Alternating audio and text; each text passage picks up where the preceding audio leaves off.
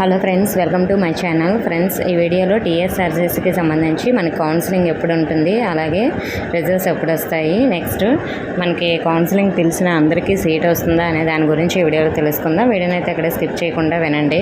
Friends, మనకి results మే 25, 26 ఈ 2 డేస్లో అయితే రిలీజ్ చేసేస్తారు. ఒకవేళ ఇంకా ముందుగా అయితే మే 24కే మనకి రిలీజ్ చేసేయవచ్చు ఈ మంత్. సో మరి ఈ రిజల్ట్స్ వచ్చిన తర్వాత మనకి ఒక 2-3 డేస్లో అయితే కౌన్సిలింగ్ కూడా ఉంటుంది. రిజల్ట్స్ వచ్చిన 2-3 డేస్ తర్వాత అంటే మనకి మే 26 to మే 30 ఆ డేట్స్లోనే మనకి కౌన్సిలింగ్ కూడా ఉంటుందండి. మరి కౌన్సిలింగ్ పిలిచిన అందరికీ సీట్ వస్తుందా అంటే కౌన్సిలింగ్ పిలిచిన అందరికీ సీట్ రాదండి. కౌన్సిలింగ్కి ఎంతమందిని పిలుస్తారంటే ఒక సీటుకి 3 పిలుస్తారు, అంటే 1:3 రేషియోలో పిలుస్తారు.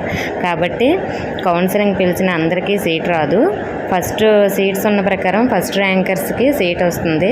ఆ నెక్స్ట్ ర్యాంకర్స్ వాళ్ళని కూడా పిలుస్తారు. ఎందుకు పిలుస్తారంటే ఫస్ట్ వచ్చిన సీట్ వచ్చిన వాళ్ళకి ఏమైనా డాక్యుమెంట్స్ సరిగా లేకపోయినా, వాళ్ళు జాయిన్ అవ్వడానికి ఇంట్రెస్ట్ చూపకపోయినా, ఒకవేళ వాళ్ళు కౌన్సిలింగ్కి అటెండ్ అవ్వకపోయినా ఆ నెక్స్ట్ ర్యాంక్ ఉన్న వాళ్ళకి ఇవ్వడం కోసం మనకి కౌన్సిలింగ్కి ఈ విధంగా అయితే పిలుస్తారు.